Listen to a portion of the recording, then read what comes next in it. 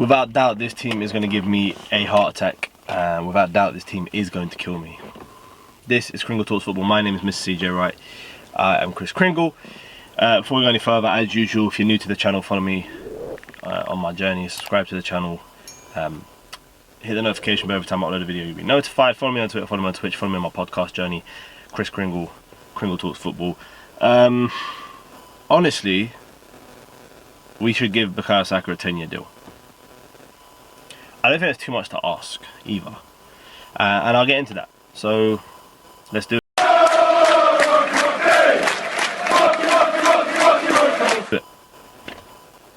So rundown as usual, little bit as usual. The lineups, good bad performances, how I felt, and the bit of statistics provided. What it means going forward into the game against Leicester coming this Sunday, which I'll do a small little preview to as well on this bit, as there's not a lot of time between now and Sunday, and I'm working, etc. So it's going to be a bit tough, and then a bit of closing on how I predict the game will go against Leicester, and etc. etc. etc. So the lineup was the exact same lineup as the first leg. Haven't got it up on the screen. Again, I'm at work, haven't had the time to be able to get it all sorted. So same team, apart from Tierney coming in for Cedric. So Leno, Bellerin, Gabriel, Luiz, and Kieran Tierney. Dani Ceballos, Granit Xhaka, Bukayo Saka, Martin Odegaard, Emile Smith-Rowe, and then Aubameyang through the middle. And the trend of playing Aubameyang through the middle is continuing, which is nice. And so just literally a run through the game itself. It was very slow. Arsenal looked like they didn't want to make a mistake, and they didn't want to be forced into making a mistake in terms of pressing high and, you know, just basically trying to take the game to Benfica like we did in the first leg, even though it worked in the first leg, albeit we didn't win. But, you know, the opening 20 minutes was very slow, a few sloppy misplaced passes from the likes of Xhaka, from the likes of Bellerin, Tierney, Ceballos, even Emile Smith-Rowe and Martin Odegaard weren't as fluid as possible as they could have been. But, you know, the opening 20 minutes, we got the goal. Bukayo Saka, again, you know, the superlatives running out for this guy is ridiculous. He picked the ball up on the right-hand side, cut inside. I think he picked the ball up from Odegaard, and the little interchanges between Odegaard and Saka were quite poignant, were quite evident. And he, you know, slipped the ball through, quite Fabregas-esque, and watching Aubameyang run off the shoulder of the last defender was quite beautiful to see. And he dinked the ball over the top of the keeper. And there was question marks of offside initially. VAR did have a check of it, and it wasn't offside, it was on. So thankfully, we got the goal that we wanted to get, but then at the same time it kind of forced Benfica to come out and play. But again, for the rest of that opening half, we weren't on it. We wasn't as what's the word? Gosh, what is the word? We wasn't as fast as we should have been. We wasn't as... That's definitely not the word I was looking for. But we wasn't as fast as we should have been in terms of the passing, in terms of everything that we could have been. And so, you know, right before half-time, like a couple of minutes before half-time, we give away a free kick. Dani Ceballos with a really, really lazy tackle from him, which, you know, it doesn't happen too often, because usually Dani Ceballos is quite good in terms of the tackling side of things. But he made a really sloppy challenge, and they scored an amazing free kick, to be fair. I don't think Leno could have saved it.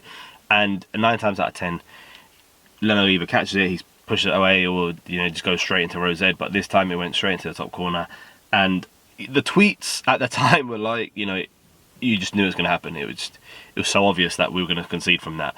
You know, again, Benfica took 2 shots the whole game, 2 shots on target, 2 goals.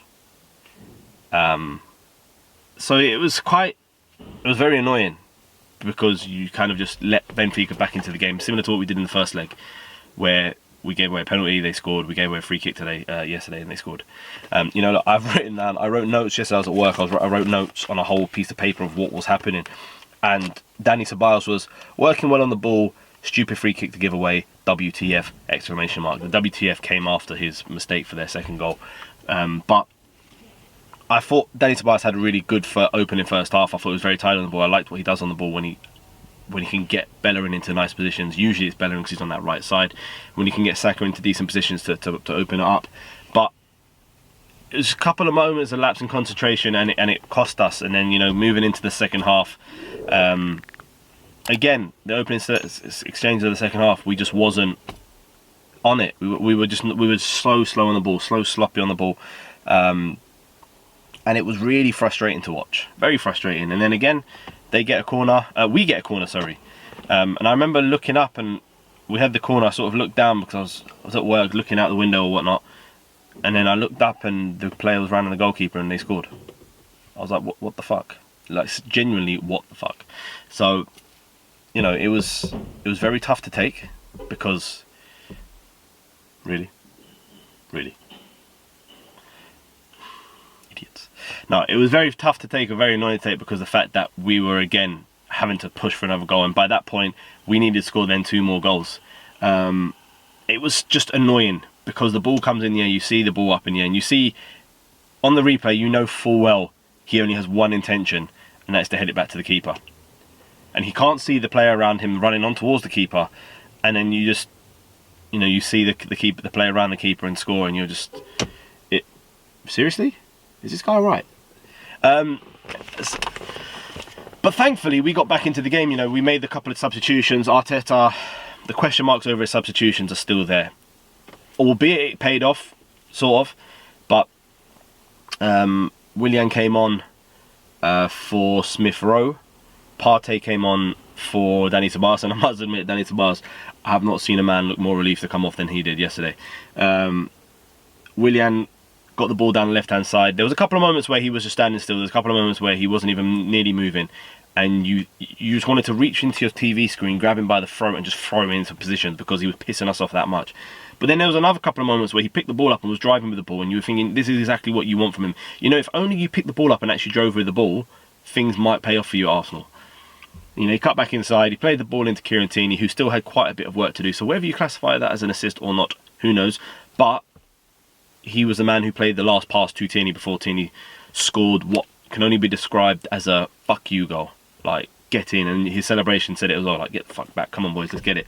So 2-2 with 20 minutes to go, and you're thinking, brilliant. It might have been actually, no, it's 30 minutes ago, we scored in the 60th minute, I think. And from then on it was like, okay, wicked. Let's just, basically, we can't do anything more, let's just go for it. Bellerin come off for, who did he come off for? Bellerin came off for someone. Lacazette? No. Who the hell did Bellerin come off for? Bellerin come off for somebody. Willian? No. Who did Willian come off for? Oh no. Bellerin came off for somebody. Saka went to right back. Lacazette went up top. Yeah, it was. It was Lacazette. Bellerin came off for Lacazette. Yeah, Saka went to right back. Odegaard, I think, went out to the right-hand side, maybe?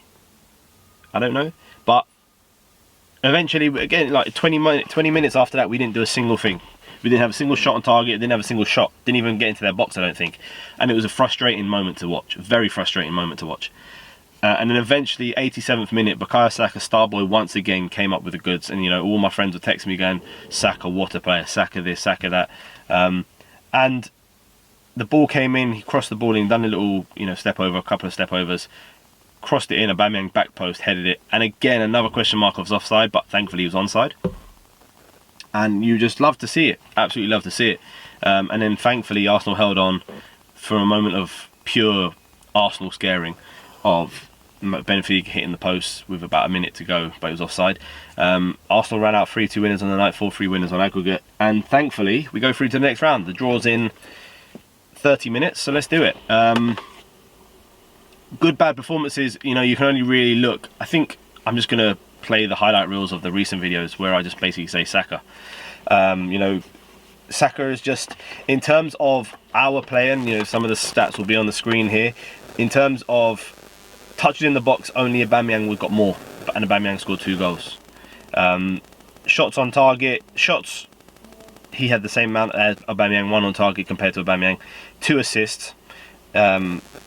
Big chances created, the only player to create any big chances. 2 dribbles on the night. Final third passes, 22 final third passes. Only Xhaka, Bellerin and Ødegaard got more than him. And a pass completion rate of 92%. The boy was just on another level yesterday, and he gets better and better. He grows every single game, and it's just fantastic to watch.